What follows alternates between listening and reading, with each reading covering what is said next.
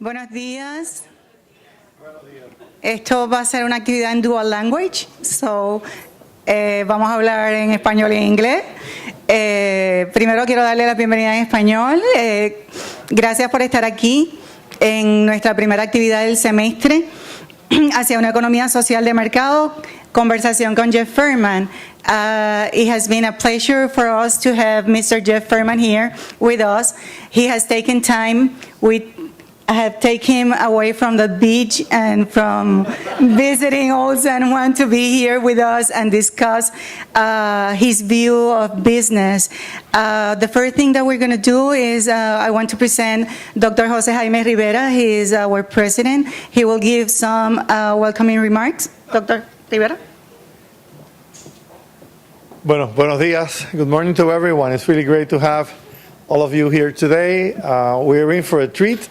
And I don't want to be interrupting that experience of conversation with our distinguished guest. As I was explaining to him, we are, as a university, we are very committed to engagement and community engagement. And since 1994, our service learning model and community engagement center, we have been providing experiences for our students to be socially responsible and to develop qualities of leadership surrounded and in the context of very strong values of solidarity and social consciousness. So in that context, we welcome all of you and we welcome our guests. I know we're going to have a fantastic conversation with an organization that is also exemplary in the way they are socially committed and engaged in society. These two things are, consistent, and as a matter of fact, they're probably needed one for the other. You cannot be successful in business if society is in crisis. If there is big inequality, if there is big social injustice, no corporation can be safe, no company can be successful in the long term, which is when things really matter. So again, we're proud to have you here. Welcome, and want to enjoy your conversation. So thank you for the organizers. It's a fantastic way to start the academic year, or the calendar year in the second semester. Thank you.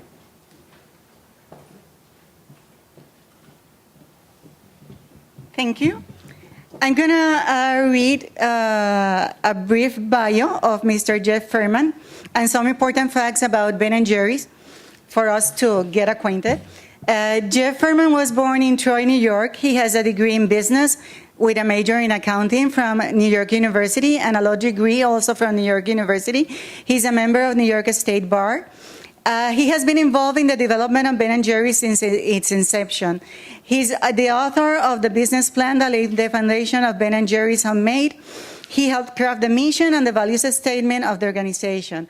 Throughout all his work, he has tried to maintain those ideals as guiding principles in management decisions with a focus on linked prosperity. Mr. Furman is currently director of the board. From its beginning, he always opted for the defense of the social responsibility concept in his company by imposing strict standards of quality in its products, rejecting the use of chemicals, and promoting the use of raw material from fair trade organizations. He's the only board member who's also worked full-time for the company for more than 30 years. And that's a lot of ice cream. That's a lot of you. He currently runs a not-for-profit organization called Social Ventures, Inc. This organization works with almost 20 programs, including a free health clinic, an environmental group, and a program that works on race and class issues in public schools. Regarding Ben & Jerry's is one of the most prestigious companies in the production of ice cream in the world. As an organization, it has had a great social impact in their communities. During the 90s, the company developed a complementary mission of 3 parts. The social mission, product mission, and economic mission. This combo has allowed the company to move its declaration of values of social justice beyond its financial objectives. Besides opposing the injection of growth hormones in cattle and excluding dairy ingredients that came from cattle injected with these hormones, Ben & Jerry's advocated publicly for inclusion on labels whether a product of animal origin was or not hormone-free. Ben & Jerry is a benefit industry entity with sustainable socio-environmental practices that take into consideration the public welfare when making decisions, prevailing ethical values above the economic. For the University of Sacred Heart, it's an honor to have you here with us. We are going to start this conversation as we start the first day in our classes. We would like for you to present yourself, a very brief, so we are going to start here. Mr. Furman would like to see the composition of the audience, so it's just a brief, just your name and a brief introduction. We start here. Good morning. My name is Maria Rivera. I'm Executive Director of a nonprofit, education nonprofit. Ernesto Villarini, we met, doctorate student in business administration and also an advisor to a local foundation, the Sila Calderon Foundation here in Puerto Rico. My name is Lidia Spinet. I'm Dean for Academic and Student Affairs here in Sacred Heart. Jaime Rivera Sayala. Almeida, Director of the Business Department. This morning, I am Jasmine Hernandez. I am Associate Dean for Academic Affairs. We're very happy to be here. Julia Sacria, I am retired and get involved in all sorts of interesting things like working with Alfredo Carrasquillo, Director of Elect here. Hello, good morning. My name is David Rivera. I'm with Economía and Conversación Department. Lily Lopez, and I'm a consultant on sustainability. This project mainly working on how we have had. Good morning, and my name is Sandra Ruiz. I'm a professor here at the University of Puerto Rico. My name is Rafael Tirado, and I'm a manager of company of social media. Good morning, my name is Silsa Nissen. I'm a professor at Polytechnic University of Puerto Rico in the same year. Hi, my name is Laura Vasquez, professor in agriculture program. I am Manny Morales. I'm a former entrepreneur, current executive payment processing company. I'm also a member of the Board of Trustees of Sagrado. And I want to take this opportunity to formally thank you for my 5 pounds of Trey Garcia. 5 pounds of fish that I've accumulated over the years. You wear them well.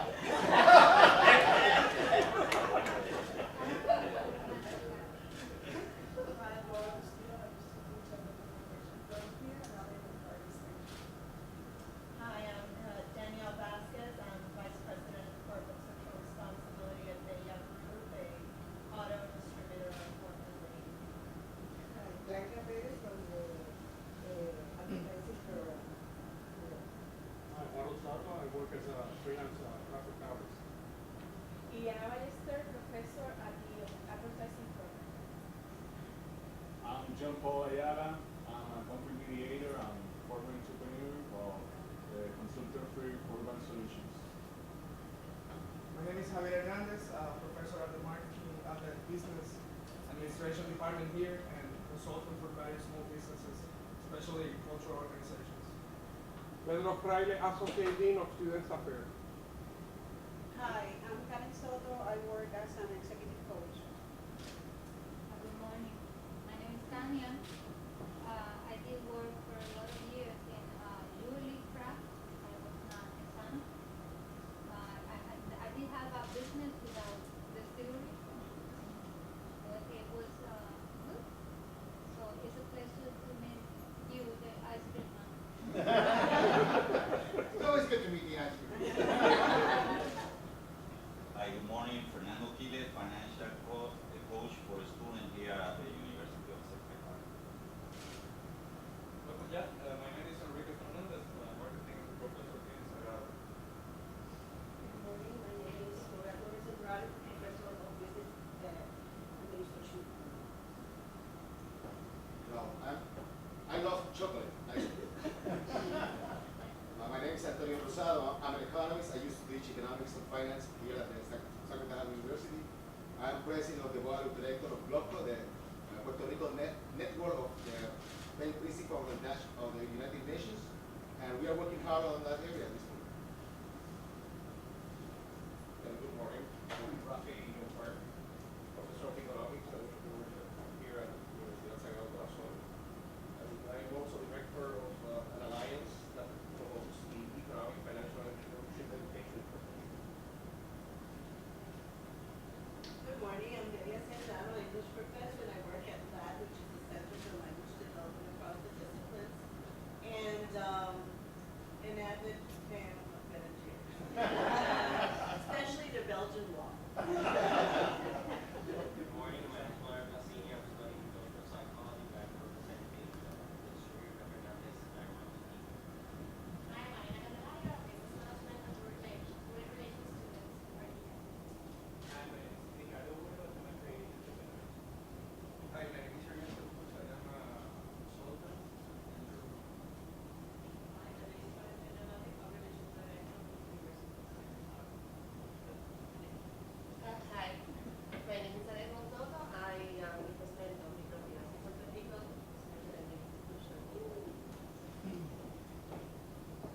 thank you for your presentations. Now I will let Alfredo. No, okay, Jeff, you can start. Yes, Okay. our conversation. Now you know the students. Where do you, is that coming in the test? Good morning. Thank you all for your introductions. In the sort of spirit of truth-telling, I'm going to give more information about my bio. I flunked out of college in 1963 and ended up, I was at Cornell University. Thought I would be an engineer. I had no idea what an engineer did, and I still don't. But I did end up getting a degree in business and a law degree. And I'm here because of my meeting Julia in Cuba, where I attended a conference on their struggles to become social entrepreneurs and bring the concept of business into social society. And I gave a short presentation there, and as often happens, the conversation turned to ice cream rather than my words of wisdom. And they started naming flavors, and I'll just tell you the two that I remembered they thought we should do because it was in Cuba. One was Pinko Passion, and the other was Blockade Buster. And they wanted Ben & Jerry's to start to make those products to get the message out. And I'm here in Puerto Rico. It's our Ben & Jerry's franchise meeting, annual meeting, and there are about 400 people.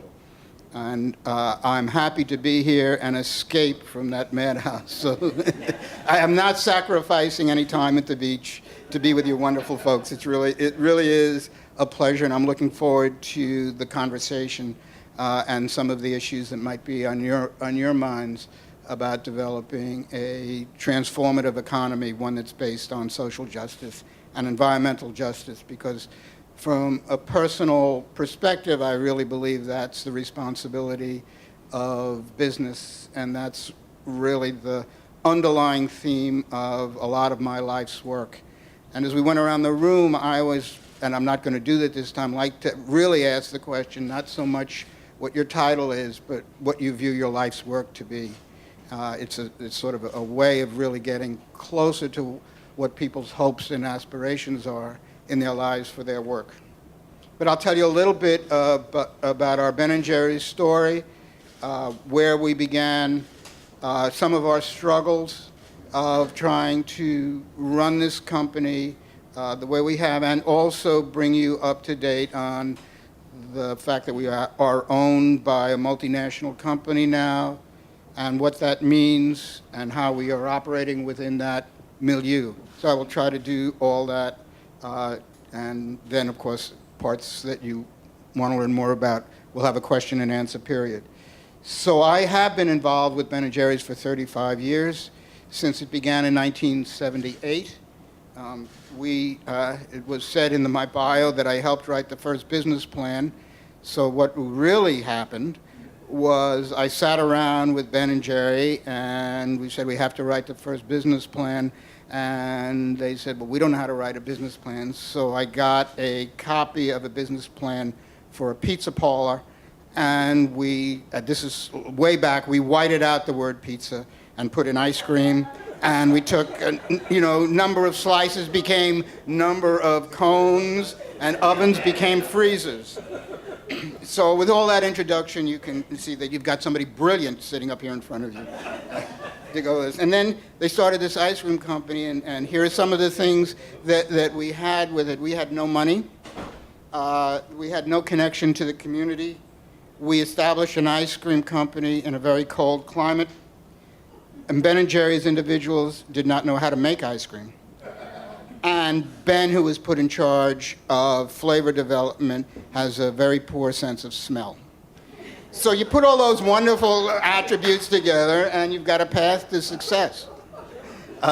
That's all you need. You need to have no skills, just an open mind and an ability to try stuff. What the heck, you can only fail.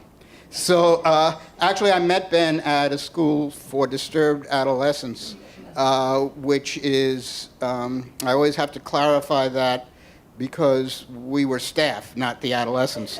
But we met about more than 40 years ago, and we became friends, and I met Jerry through that connection, and we've been friends ever since. We continue to do a lot of things together, and our roles at the company have been intertwined. My life has been roughly half-time with Ben & Jerry's, not full-time. I live in a different town from where the company started. I've had different roles within the organization. I've been on the board since its inception, and I'm now chair of the board. And we'll talk a little bit about what this board is, because it's not a board in the normal concept of things. But what we shared, what Ben and Jerry and I shared from the beginning of our relationship, which began in the early 70s, was having grown up in the 60s in the US, which was a powerful time of social justice and activism around civil rights, anti-war stuff. And the concept of being business people was rather alien to us. They wouldn't talk about social entrepreneurship. We never viewed ourselves as business folks. And the original business plan and the whole idea was one store in Vermont. Have a good time, enjoy yourself, become part of the community, and there was no vision, there was no intentionality around trying to grow the company into what it became and has become today, which is a company that's in 35 countries around the world and is continuing to grow and to expand in its operations. It was never a plan. It wasn't in our hopes and our dreams. And in the beginning, we didn't really have what we would call a social mission. What you're dealing with now and the issues that many people are talking about are things that did not exist in our vocabulary, in our concepts. You really didn't operate that way. It was not where we came from in terms of a learning process. We were just who we were, and we continue to operate that way. And we started this, we eventually came up with this three-part mission because we used to argue endlessly about, well, do we need to make money? Do we need to, change the world? Do we need to put social justice? What's our priorities? We'd argue and argue. We'd have board meetings with endless discussions about it, and we'd go round and round until one of our directors said, excuse me, and he went into another room, and in 10 minutes he wrote down a three-part mission statement. We edited it a few words, and that became the sort of first articulation of what we were trying to do. And then from that we grew, and we put out a progressive value statement that indicates that we are a company that is concerned about the role of capitalism in creating inequality, about manufacturing, dealing with environmental issues, around the militarization in our country, and the use of resources to build military power. We were going to run our company based on values of being concerned about that, and what could we do. And then we went through a certain kind of learning curve around that issue, because we began to think, okay, we'll set up a foundation, we'll contribute some resources, we'll do some work somewhere else. But we realized that was going to do, not going to be meaningful at all. We didn't have that much money, we weren't that big. We certainly weren't able to donate money.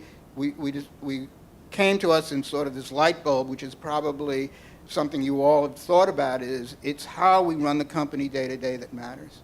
What we do day to day is the most important thing that we do, and it's not the giving away of some money to some cause or something. And we started to realize that it's not about philanthropy, but it's about everything that we do. And we started to take positions. We were very unafraid to take strong positions. We took anti-war positions. Recently, we've taken strong positions about getting corporate money out of politics.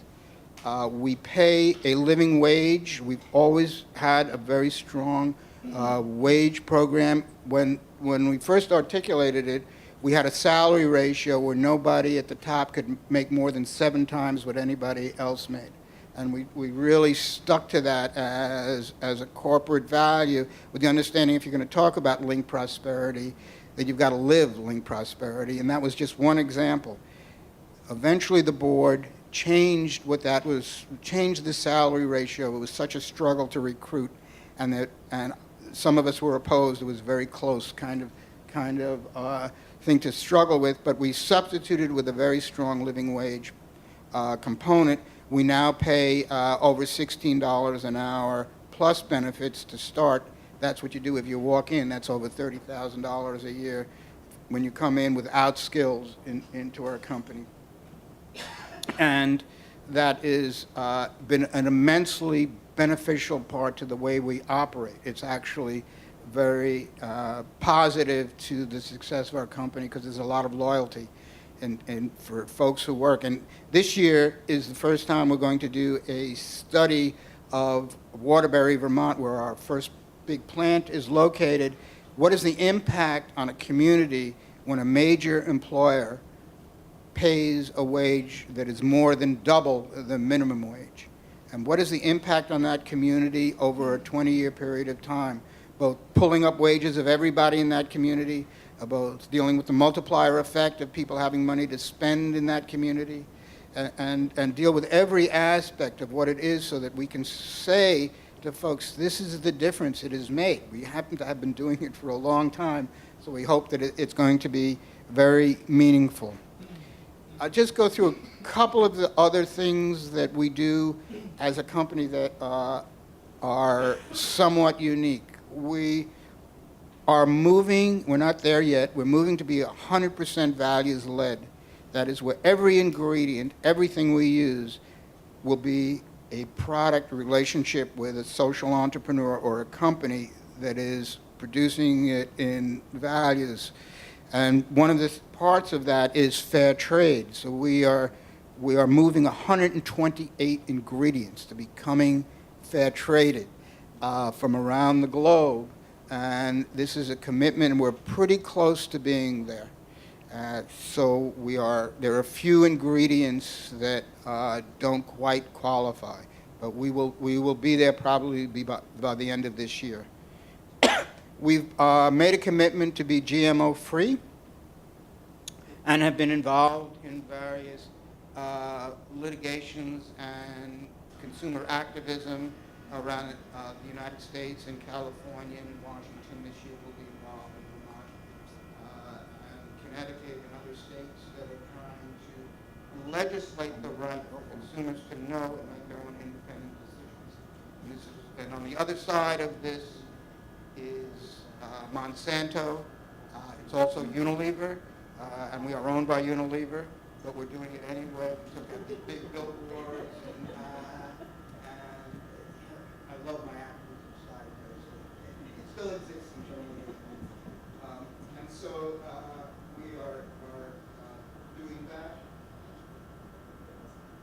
You're losing me? Yeah. Well, you're fine. Let me know where I am.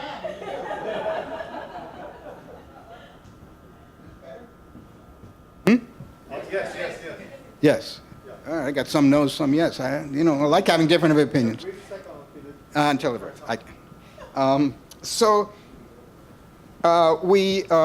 it's very important when I mention these things that one of our kind of mantras is that we can't let our rhetoric out to the world be different from the way we operate internally.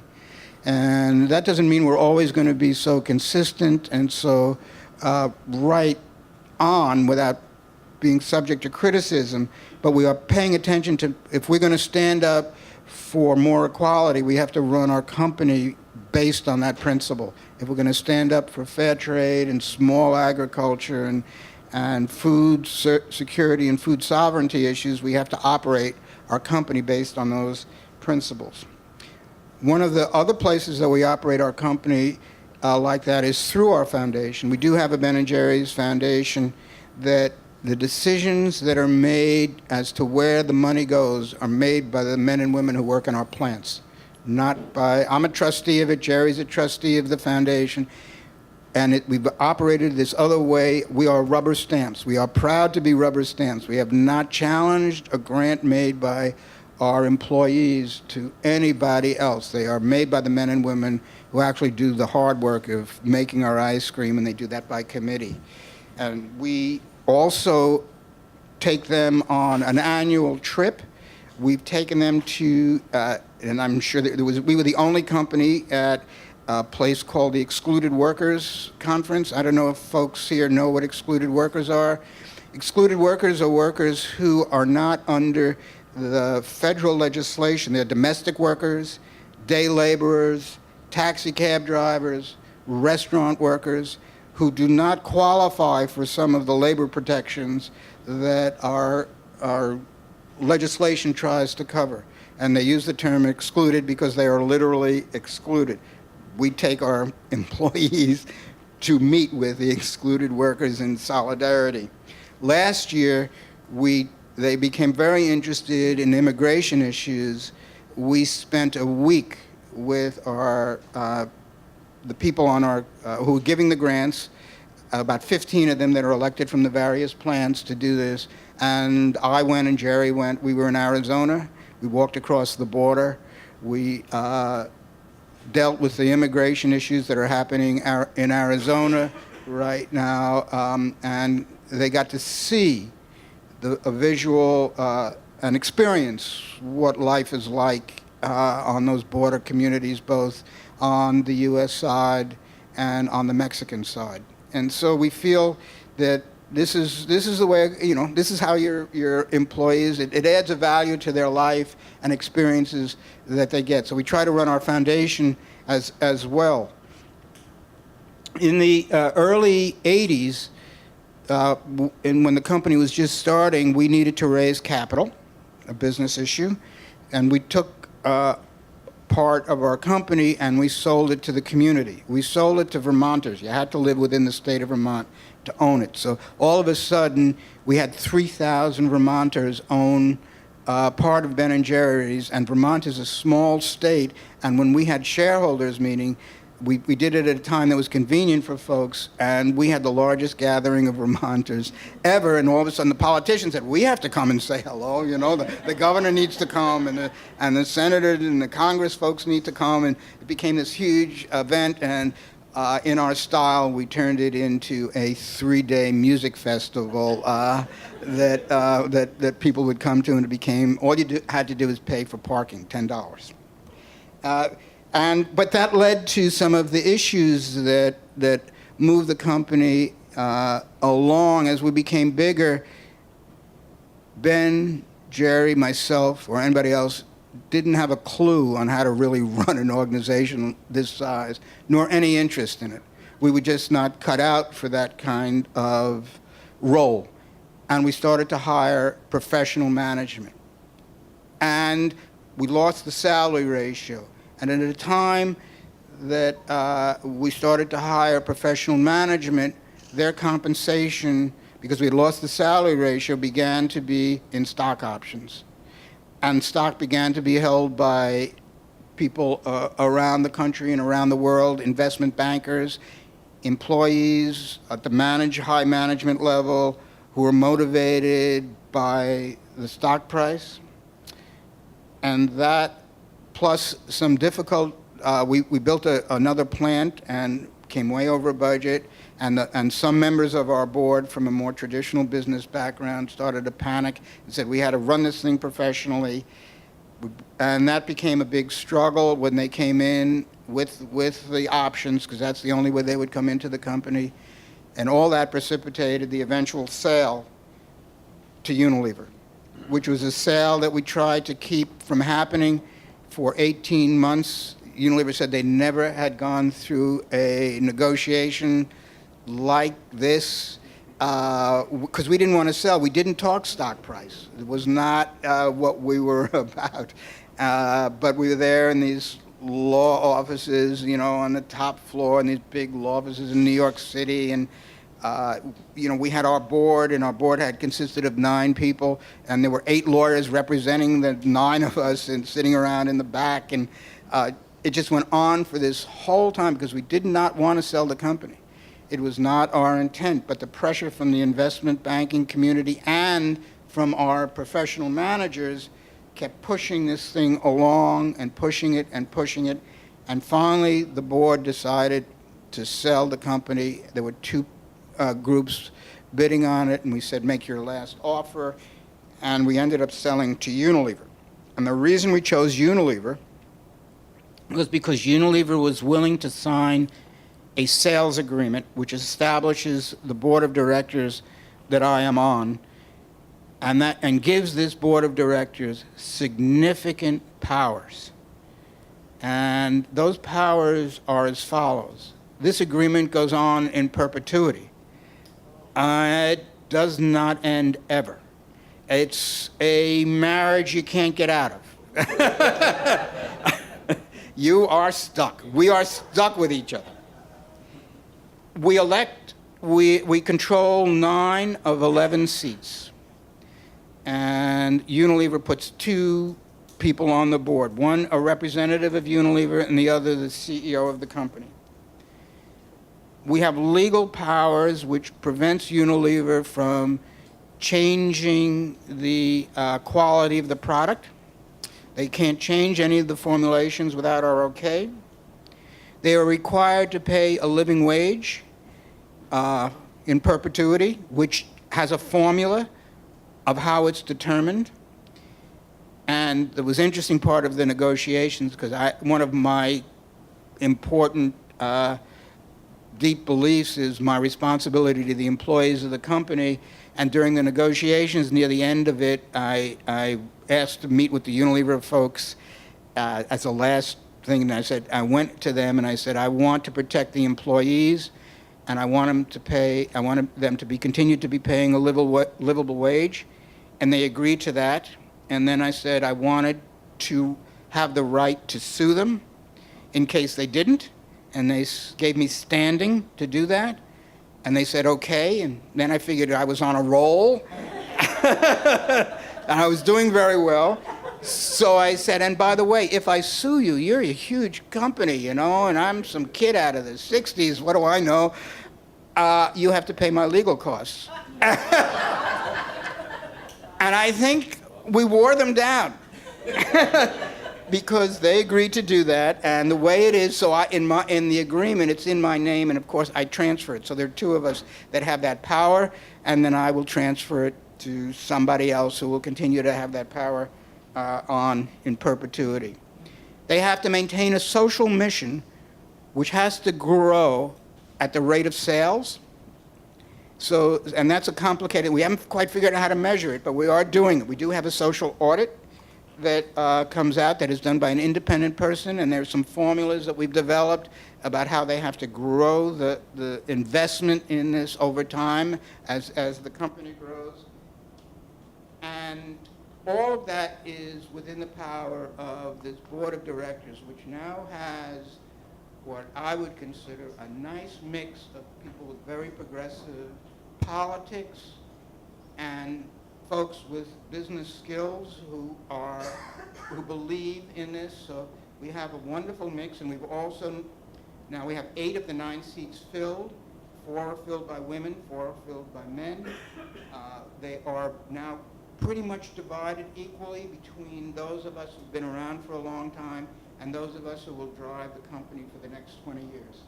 So we are trying to deal with the legacy issue of making sure that, as some of us who are no longer are going to be doing it, that it's not just a one-off. It's not just something that happened and then disappeared. It is going to continue on through this legacy, and I'll talk about that in just a second a little bit. But the company has always been about taking risks. And what that means for me is that when you take a risk, you may not be successful, but you want to do it anyway. And we understand that there may be ramifications that we have not thought through, because if you start thinking through everything, you're going to be 120 years old before you do anything. And so we, in our spirit of of being willing to challenge and to take risks, we still do that. We don't like sending out how is this going to play out to your consumers? Let's do a consumer study to see whether they're going to like this. We'll do stuff that alienates people sometimes, but that's okay, because the civil rights movement and women's rights movement and workers' rights movement and immigration rights have always alienated people all the time, but that doesn't mean you don't go out and do it. And one of the other ramifications of taking risks is it holds us to a higher standard. We are constantly being criticized because we're not doing enough. And some of that criticism can be legitimate, and I accept it. I think but it does come with the territory. So to try to mitigate that, we try to walk our talk all the time, inside and out. And we don't let our rhetoric outstrip our action. We make sure we honor our commitments. We're fully transparent, and we are engaged as if winning really matters. And one of the things that I've learned in my 35 years with the company is that what we do does matter. And one of the reasons that I personally have been hanging out so much is what we do not only matters, but makes a difference. And we make a difference when we take an active stand for consumers and their right to know what's in their food, or when we work with others to get money out of politics, or we make a difference when we pay a living wage and promote dignified life for all workers. We make a difference to hundreds of small farmers around the globe when we advocate for fair trade and we pay for it. So we don't just advocate for it, we pay for it. We think that's our responsibility. And on a personal level, I have been an activist almost all my life because I somehow have been blessed with a spirit of hopefulness. And I don't believe that as being foolishly romantic, but it is based on our human history, a human history which is not only one of injustice and struggle, but one of compassion, sacrifice, courage, and kindness. And I think we should never make a mistake of doing nothing because we feel we can only do so little. And when we do act in however small a way, we influence the future. And to live and act now in defiance of cynics and naysayers is itself a moral victory.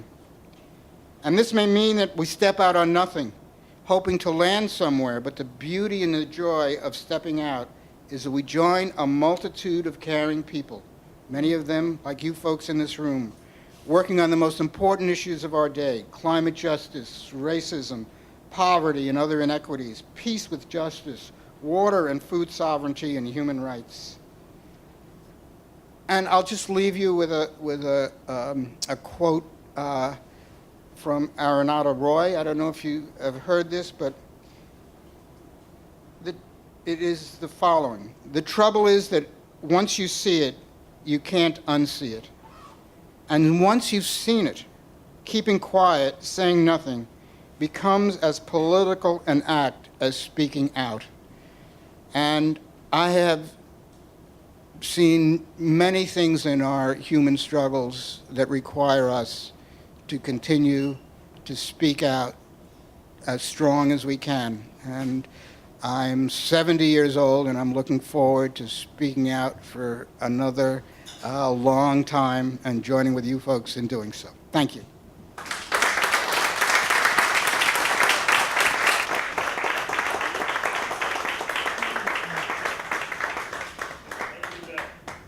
We're ready to get the conversation going. So our idea is to spend probably the next 45 minutes in conversation with Jeff and one of ourselves. So whoever wants to join in, start a conversation, we'll be very pleased.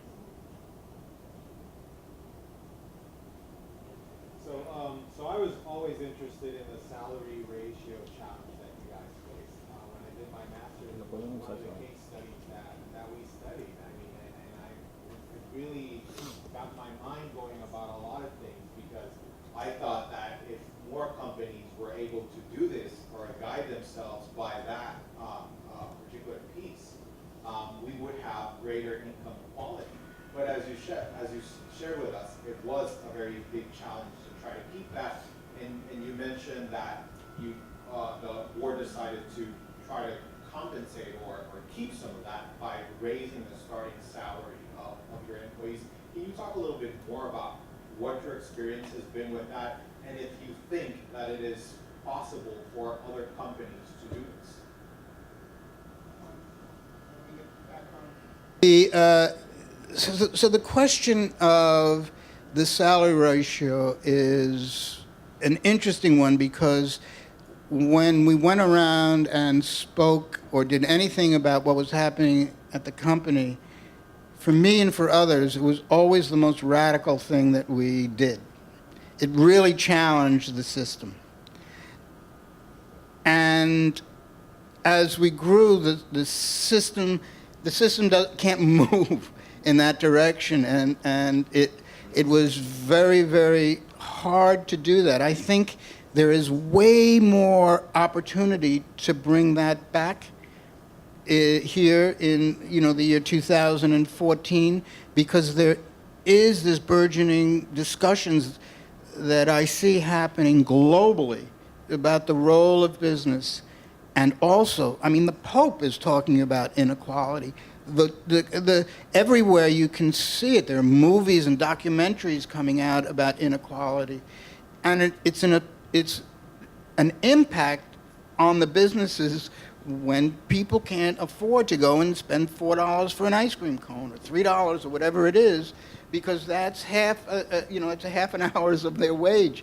So I think there is this opportunity to do that now more than it was then. I think we were ahead of the time, so I think timing is important. And this is my hopeful side.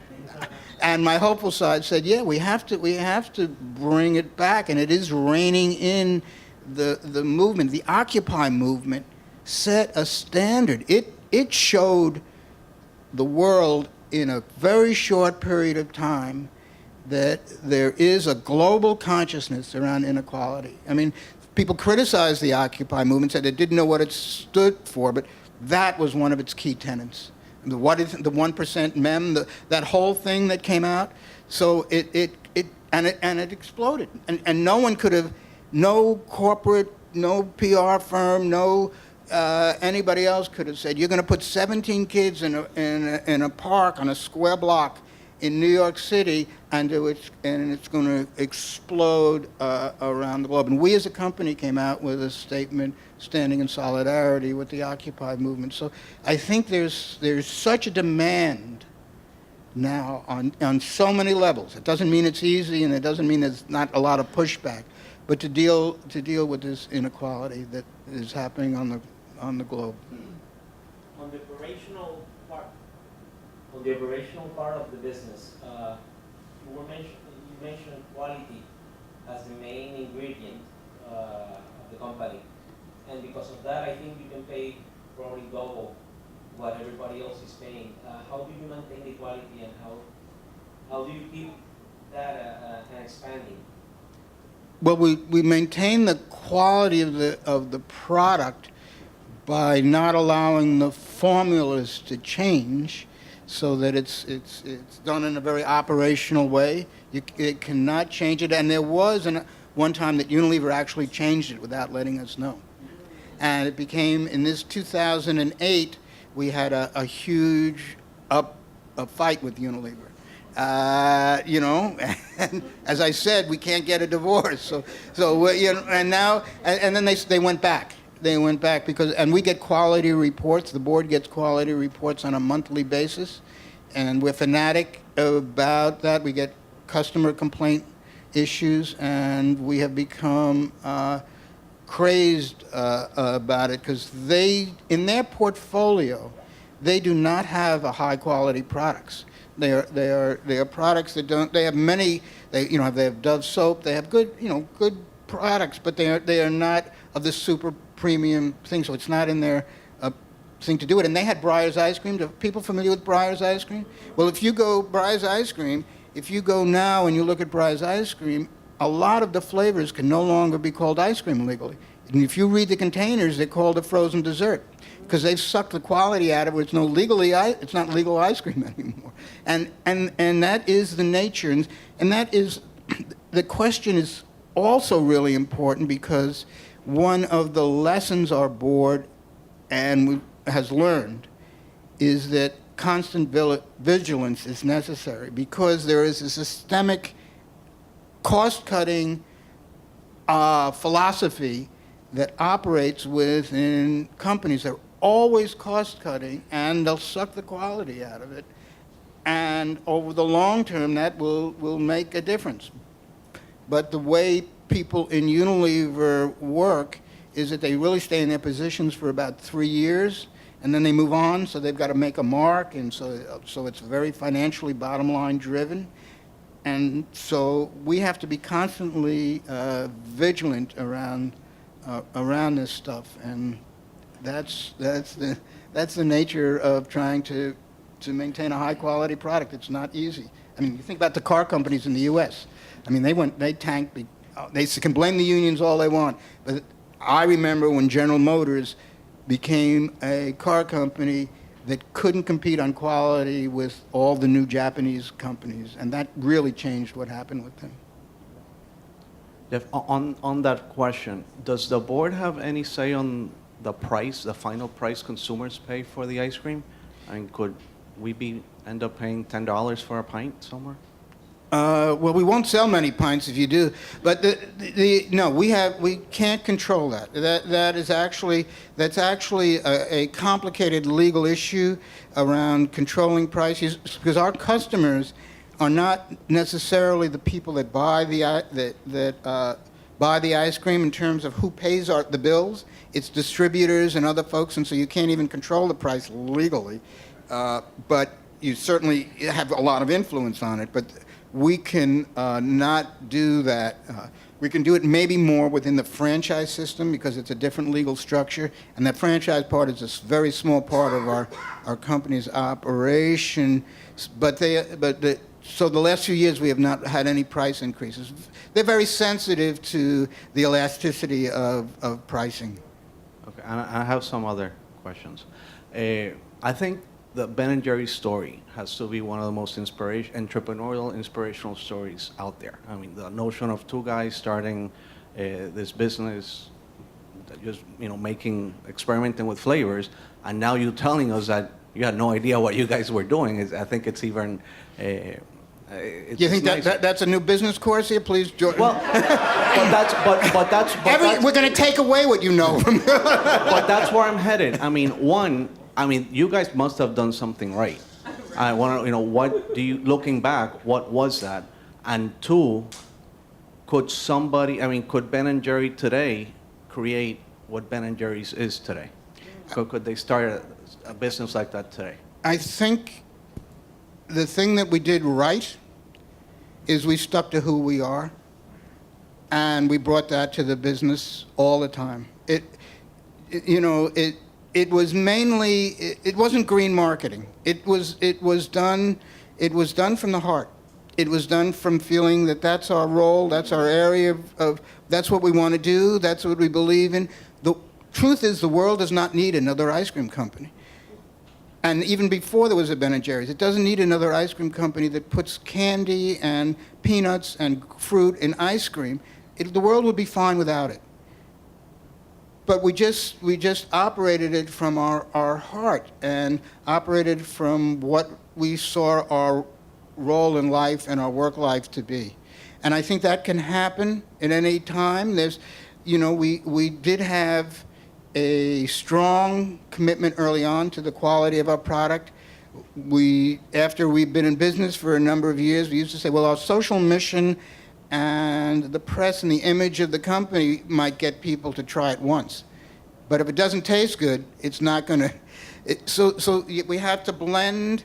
You have to blend it. So I don't want to romanticize. Starting and running a business is hard. We were lucky. We were at the right time. There were probably a lot of things. I mean, I can tell stories of times that one time we had to drive Ben. It was Jerry and Ben and I. We were negotiating for a loan. We had to get a piece of paper to Washington by 5 o'clock to get this other grant, and it was 4 o'clock, and this was before fax machines, and so the only way we could do it was to fly. Jerry was going to fly down with this piece of paper from the bank to this government agency to get there by 5 o'clock, because they couldn't get it there any other way. And so Ben had to drive Jerry to the Albany airport, at 50 miles an hour going through red lights or 100, I don't know how he did it. And then Jerry got there about a half hour ahead of time, handed in the piece of paper. We wouldn't have raised the money to build this plant that we had already signed contracts to do. So there's a lot of those lucky moments. But I personally take great enjoyment out of trying to do stuff I don't know that much about. I don't recommend it to my kid, by the way, but I do. But between you folks, that's fine. Did you have a question in the? Oh, I'm sorry. Go ahead. Oh, thank you. Some time ago, social issues were left for the not-for-profit organizations. Right. Today, social entrepreneurship and companies like yours are making a huge difference. But my question is, what is the biggest challenge for a for-profit organization seeking to have a significant social return on investment? What's the biggest challenge to really do that, being a for-profit, but having a really significant social return on investment? So I have to ask you a question. My question is, what do you mean by return of investment? If return of investment means to you that you're trying to say we are going to drive sales, we're going to increase our top line, therefore increase our bottom line, that's a different question from defining in return on investment on your impact in the community. And so how are you framing the question? How do you manage having both? Because you're a for-profit organization, meaning you need to have that bottom line, but then you actually want to have that social impact, and I'm sure you're measuring that. That's what I call social return investment. How do you manage to have both for your board, for the company? What's the biggest challenge to manage both sides? Well, I think you have to decide what your social mission means to you as an organization. I like to talk about our social mission and the fact that one of the things that makes it unique is we want to be at the nexus systemic problem. So we are not, there are companies that will write a check when, and I use the examples when, the earthquake in Haiti, the hurricane, Katrina, they'll write a check. That's not what we do. That's not our social mission. Our social mission is to be at the systemic place where the racism and the poverty and the inequality were there before the hurricane and earthquake and are there after. Because that's where other companies fear to go.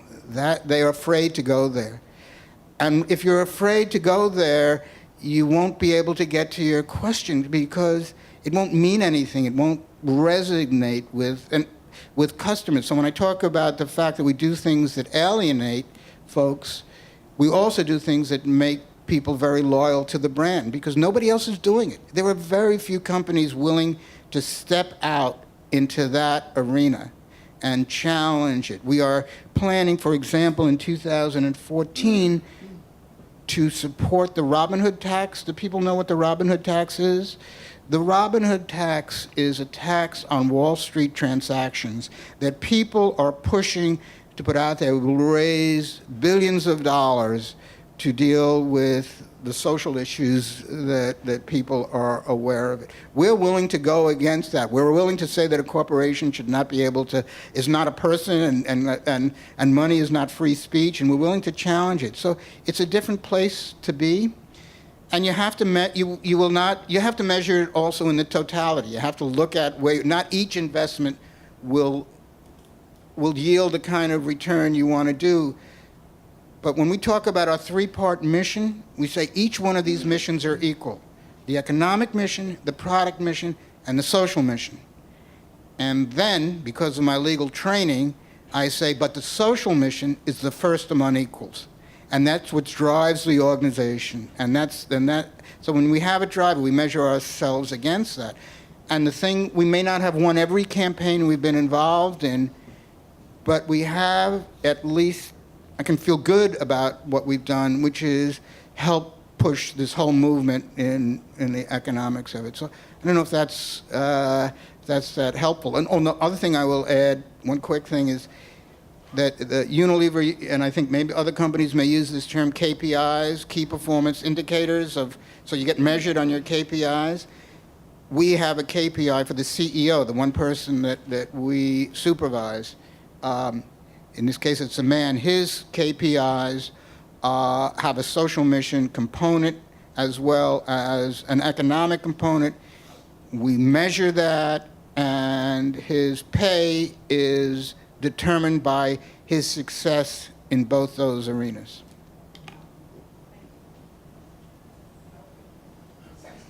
The main issue is that you are in a very competitive environment. Ice cream, that's a commodity. It's a very competitive market. Then you are paying very high salaries to start people over there, a living wage.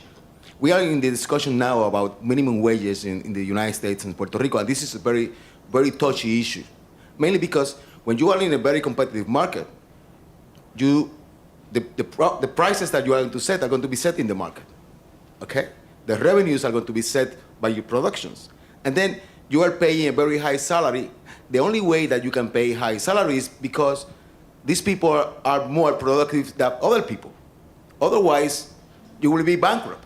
How you can improve the productivity of your labor in order to be able to pay those high salaries? It is not only the salary we pay the folks that gets a lot of loyalty to their work. The salary is one component. We at Ben & Jerry's we talk about salary, and it's the easiest one to talk about, but we talk about dignified work life. We talk about what that means. We were the first company 25 years ago to have health care for same-sex partners before all this other change. We try to include people in making the decisions where millions of dollars go, through the foundation. There is a lot of benefits to being at the company, and in return for that, we have loyalty. People don't want to leave, not only because they're getting a better salary, but because they feel that their work has a deeper mission in life. And that's not across the board. It's not for everybody who's working at the company. But you sit around, when I sit around, and I will Monday and Tuesday, our board will be meeting. We meet with the leadership team, and we're having a new board member be there for the first time. So we're going to go around and introduce ourselves, and she will hear who the different people are, and she will find out so-and-so's the head of marketing, 22 years. Started here as a tour guide. So-and-so is runs the social media department. So-and-so is here leading value sourcing. It's a whole different atmosphere. It's not just a job. It becomes a place to be. And again, I want to be clear that I'm not talking about a nirvana. I'm not talking about a perfect system, but I'm talking about it's a generalization, and it's different.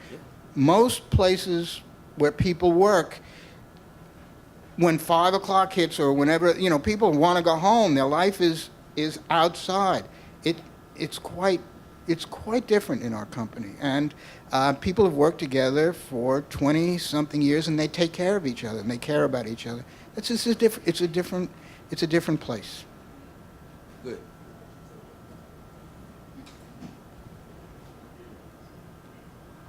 I have a commentary and 2 questions. Yeah. I think it's really interesting that regarding Ben & Jerry's, you guys have really created an effect of like a domino effect, like inspirational story.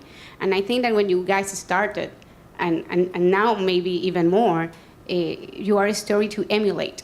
So I think that part of raising the bar and sending the message that it's not only the government's responsibility to work around social justice agendas, I think that there is the strength of Ben & Jerry's, much more than other companies actually copying specific business practices, because in the commodities markets, you're not going to have, it's not the same, no? It's kind of different. It's more like the social mission part where I see like the case study or the part to emulate. And every industry can replicate that in a different way. I have two questions. When you talk about the fair trade, do you actually incubate suppliers to become fair trade?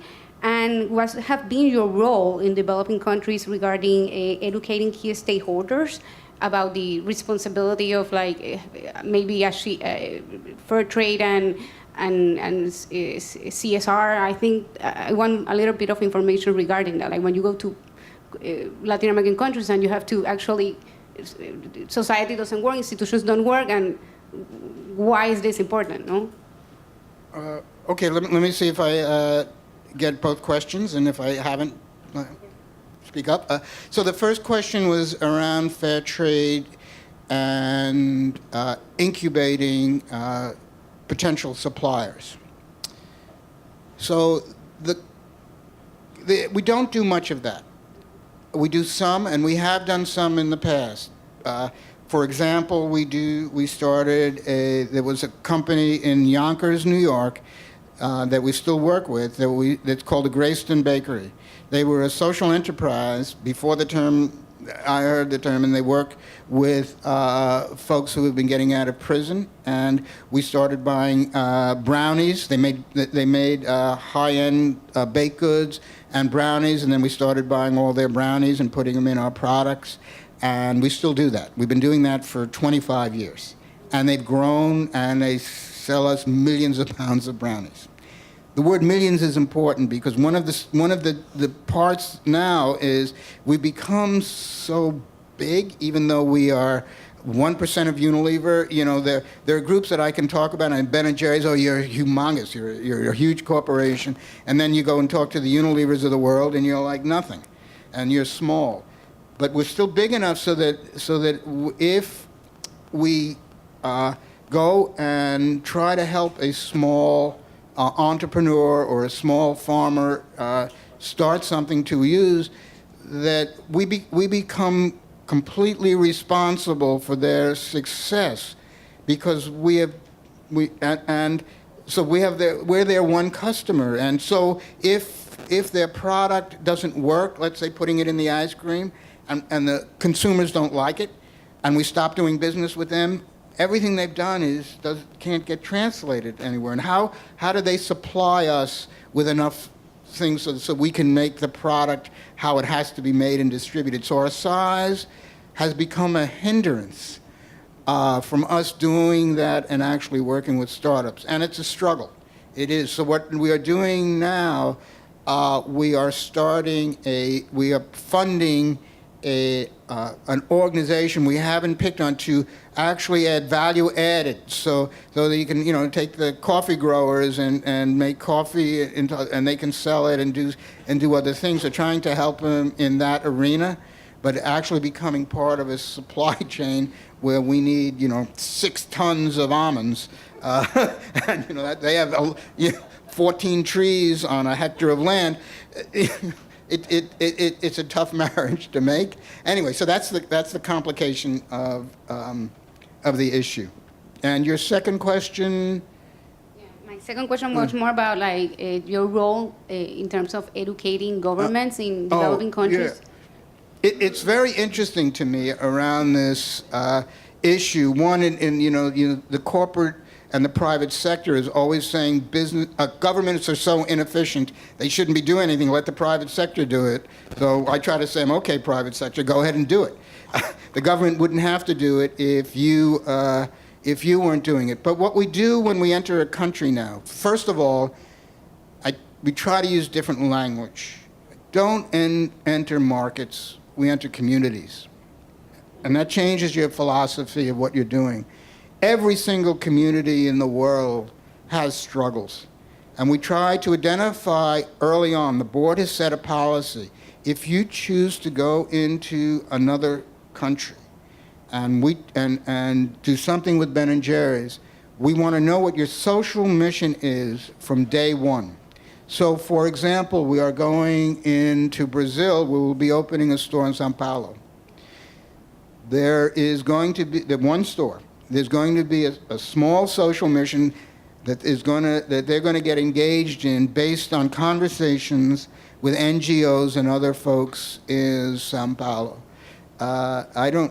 We had they were talking about going into Brazil. What's making me smile is, I don't know if folks are familiar with the MST. Some folks, MST is the largest landless peasant movement in the world. It started in Brazil. It's huge, but it's very radical and very left-leaning. And so they were making this presentation of, well, we're going into Brazil and we're going to come up with a social mission. 3 board members says, well, you have to talk to the MST. I mean, this is at a corporate headquarters, which was really, I was struck by, and we have contacts and we know who to talk to. So anyway, I said, well, this should be in a comedy, in a movie about a board of directors doing it. They will be entering there. They will be dealing with some of the environmental issues. We entered Japan. We're dealing with some of the youth employment issues in Japan. So it's one store, 1 or 2 stores, start slowly, get engaged, learn about what's going on in the community. And the company is not permitted to enter any new place without an accompanying mission that the board has approved. And that's how we're trying to deal with our expansion. I can speak out loud.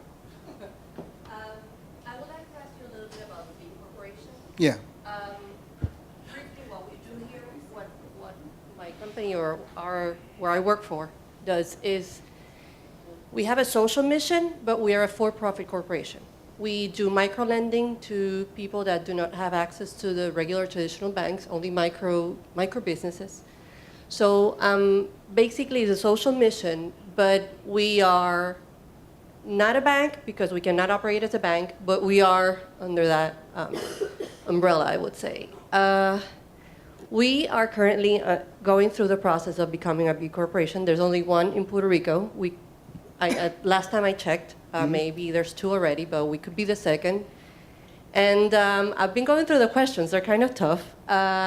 One of the challenges that I think some people here were asking is the sustainability of the company. We want to work with the poor. We want to provide a good product. We need to price this right so we can be a sustainable company. In our statutes, or in our agreement, shareholders agreement, the profits that we earn need to be reinvested in the company, and it doesn't go to the shareholders. One of the main shareholders is a foundation in Spain, and the other one happens to be a local public corporation, but it's usually a non-for-profit. It goes with the non-for-profit line. So basically, I'm going through the challenge of becoming a B corporation. There's very tough questions there. And I would like for you to explain me a little bit, because Ben & Jerry has become lately became a B corporation. It's something in the past 10 years. So they were really a profit corporation and a regular stock, good stocks and whatever. And they have this social thing in them, in you guys right now. So can you explain me a little bit how to become a B corporation, or what was your process or your mindset in becoming a B corporation? Well, we became a B corporation because the process was very hard for us as well, really hard, because our governance structure did not fit within the B corporation requirements. And so there was, because of our high profile, there was talk about, well, we could change it a little bit. And we said, no, we shouldn't start messing with what you believe in. Our problem was the B corporation, which are benefit corporations, they require that at least one member of the board of directors has to be responsible for the social mission of the company. And we said, our whole board is responsible. And it didn't quite fit because they had never run across this model. And so you have to reach a certain number of points, and eventually we became a B Corp. And so I don't know, I mean, it's a for-profit company. A B Corp is, I think, designed for companies that make profit. So I don't think that's a hindrance. You really did change your corporate No, they thinking eventually said that there were we had so much going for us, or other things, and they permitted us to form under their, the lawyers were involved back and forth about trying to make sure that we didn't change what they wanted to do, but could fit under it and the wordings of the agreement. So we are a B Corp. Did you change the for the way you distribute dividends, or the way you distribute? We have one shareholder.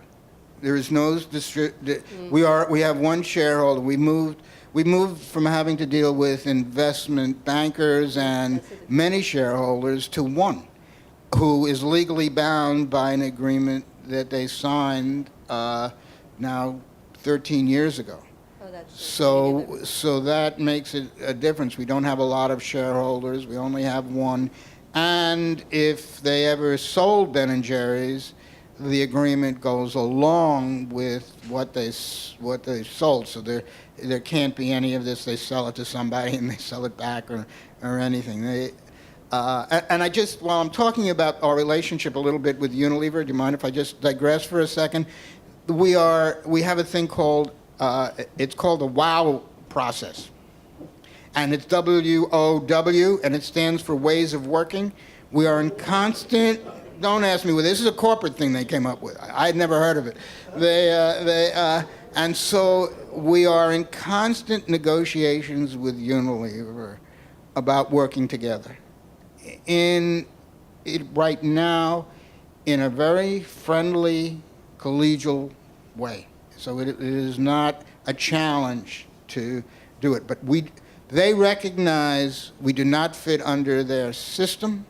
They recognize that we are their most successful purchase of a company ever in terms of percentage of economic return on investment. We lead their ice cream category in terms of growth. And they don't know what to do with us, and they're afraid to let us run around, and yet they love the model. And if you looked on Unilever's website, most of the time the company that has the most, when you look on the brands that they talk about, the company they talk about most is Ben & Jerry's. So it's like being a parent who could be proud of your kid for being some kind of struggling artist or something, you know?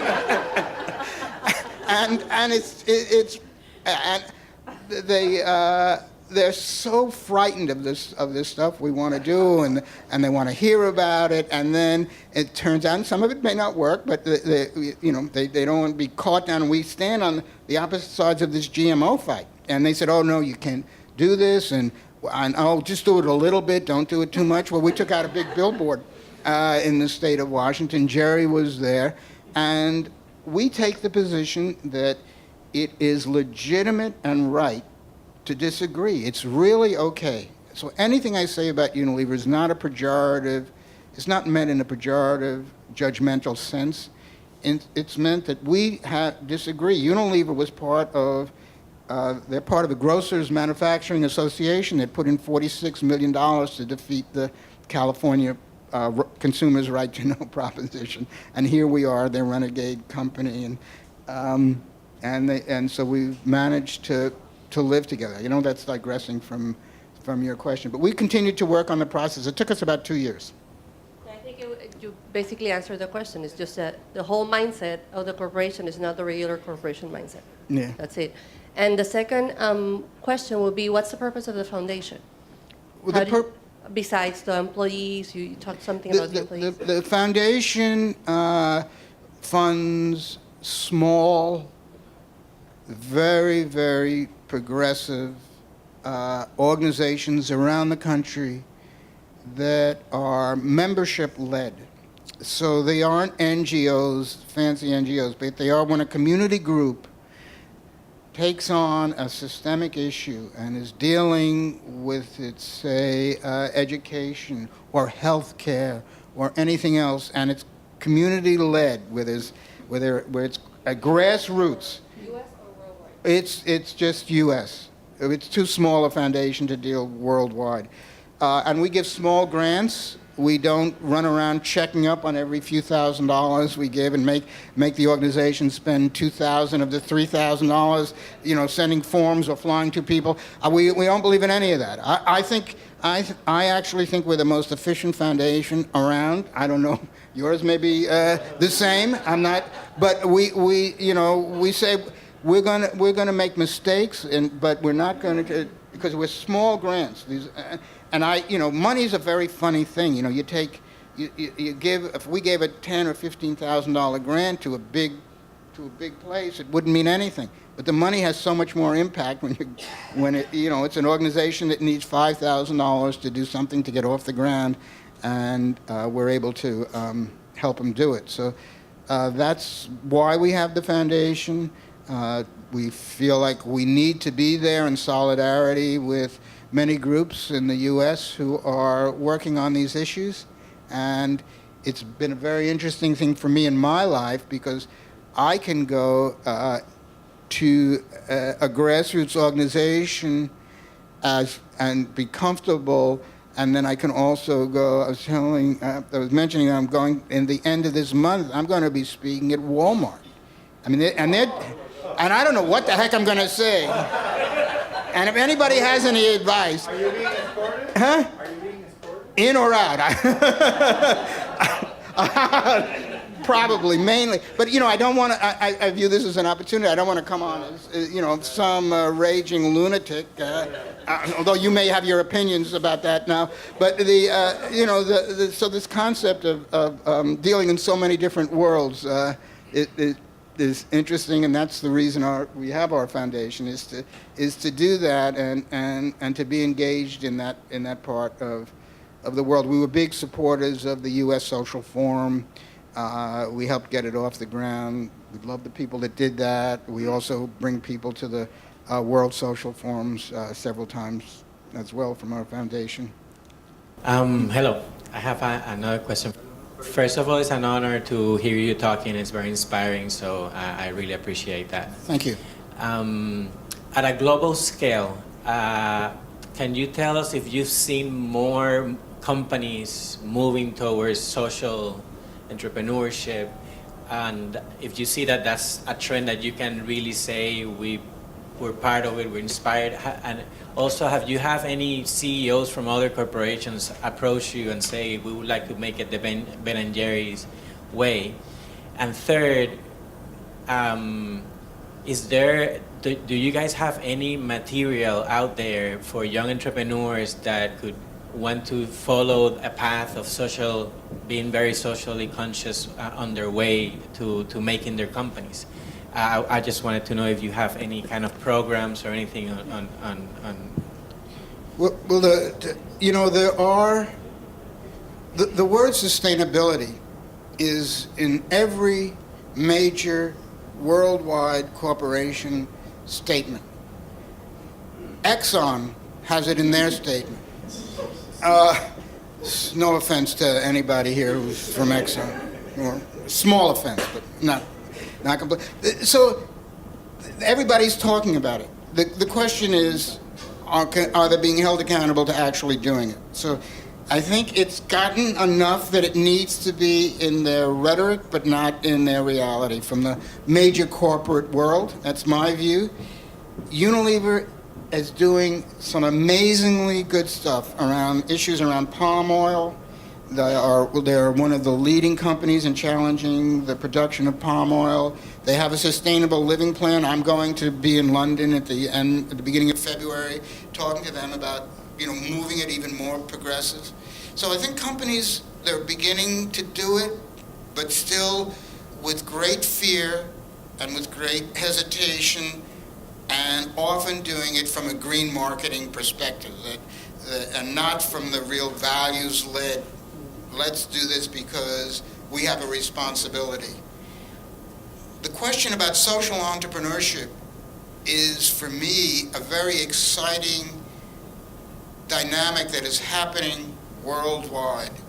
The younger generation, the 20s and their 30s who are doing this work and dedicated to this work, is very exciting for me to hear about, to learn about, and to interact with the young people that are doing this. In Europe, we have created a social entrepreneurship model where we bring, it's sort of a contest, and winners of who have what we consider innovative ideas, we support with some money and some training and some involvement with the company. We've been doing that for a couple of years. And it's the belief that that's how we're going to seed the next generation of folks who are truly dedicated to pushing this model. So, and also one of our members of our board of directors is, that's his field. Social entrepreneurship is his field. He is the Calvert Fund. I don't know if people are familiar with the Calvert Fund. It's a social responsible investment fund. He actually is hired by them to find strong social entrepreneurship programs globally that they can invest in. And he travels the world dealing with social entrepreneurship. And also these hubs, I don't know if they have I'm in Puerto Rico here or in San Juan. They have these hubs that have been growing around with social entrepreneurship. Entrepreneurs and communities gather together in a kind of informal way. You're working on those. So this stuff is very exciting, and I think very real and very hopeful. The question about printed material, I have some books in my bag somewhere, a few of them. People are interested. I can only bring 4 or 5 of them here. That trace the history of Ben and Jerry's. Can I have the first one? These are for sale, by the way. You know, you gotta make a profit, right? These just came out. They're done by somebody I know. I wrote an epilogue in it. Our new board member wrote a foreword to it. It's called "The Struggle for the Soul of Ben and Jerry's." You know, and it goes through the history of the company way in detail. It's got a bunch of funny stories in it, including my time with the Grateful Dead. And anyway, it's got and so I've got a few of them. I can only bring a few of them, and I don't know if anybody's interested in them. We can do that after do that. And there's a lot of printed material around it. You should look at the Ben & Jerry's website and see if it's at all helpful. Lastly, on that topic, obviously this event is part of the university to promote social entrepreneurship through the ELEC. Any advice on a country trying to push forward a social entrepreneurship topic? Any word of advice on how a country should embrace the private, the government, the different sectors? You know, I always feel I have a lot of advice for governments, but the thing that I always feel wedded to is pay attention to what's happening on the streets. That's where my heart is. That's where I live most comfortably. You know, there's stuff happening on the streets, and that's where it's going to happen. It's not going to happen from the governments. When it starts happening from the governments or the corporations, when the corporations start using the word sustainability, you got to think of it, you know, we got to decide what's real. So I think the energy is probably on the streets right now. And maybe beginning in your classrooms, and maybe that's that's where it begins. When I talked earlier about Ben and Jerry's and starting with all the things we didn't know, even how to make ice cream, by the way, and they did learn. I don't know if I mentioned it. They did learn. They took this correspondence course. A $5 correspondence course, and they're very proud of the fact that they split it equally. So, I think that to me is where the action and the change happens, and that's where it will happen in any culture, in any way, and that's where it's a lot of fun to hang out. Thank you, Jeff. I'm going to turn this now.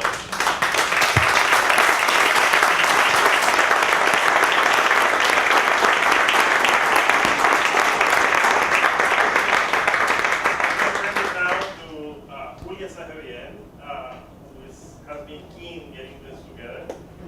She'll make some acknowledgements and express our gratitude for this event.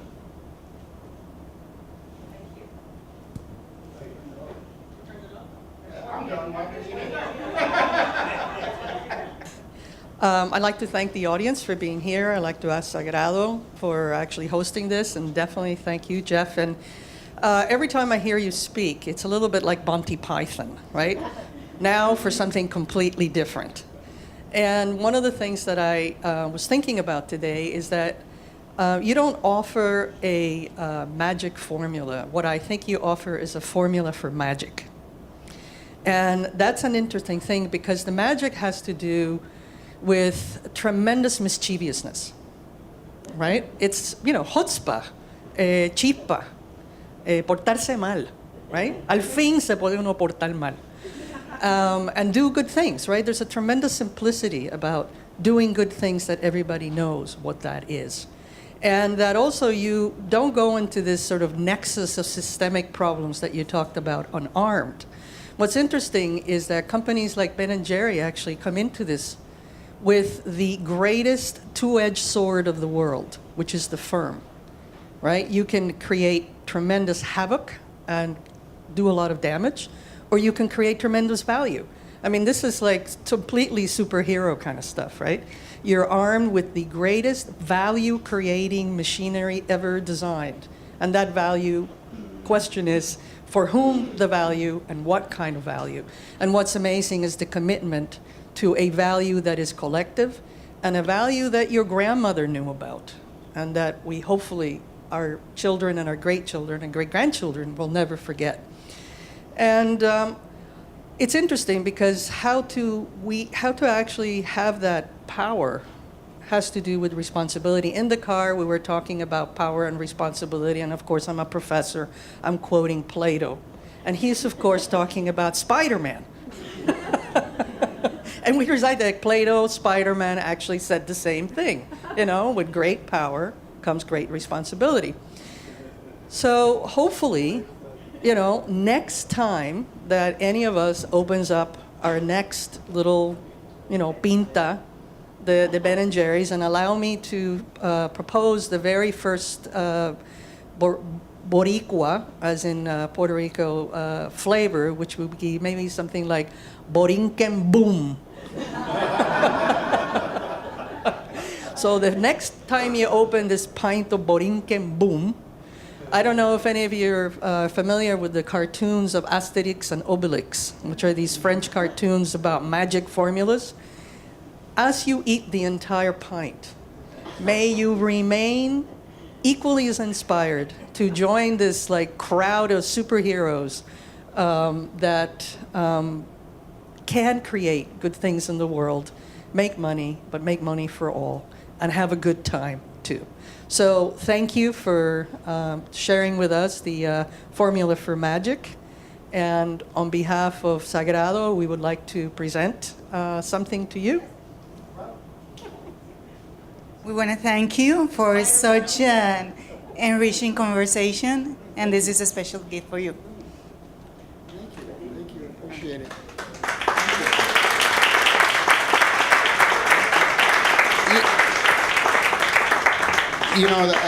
I just one last thought that went through my mind is that this company is not made up of heroes. The only hero or heroine is activism, and that's what I feel up my legacy and hope it will continue to do. And I hope we're all get inspired to look at that as a thing to look up to, not individuals. Thank you very much. You're welcome. You are welcome to come back whenever you want.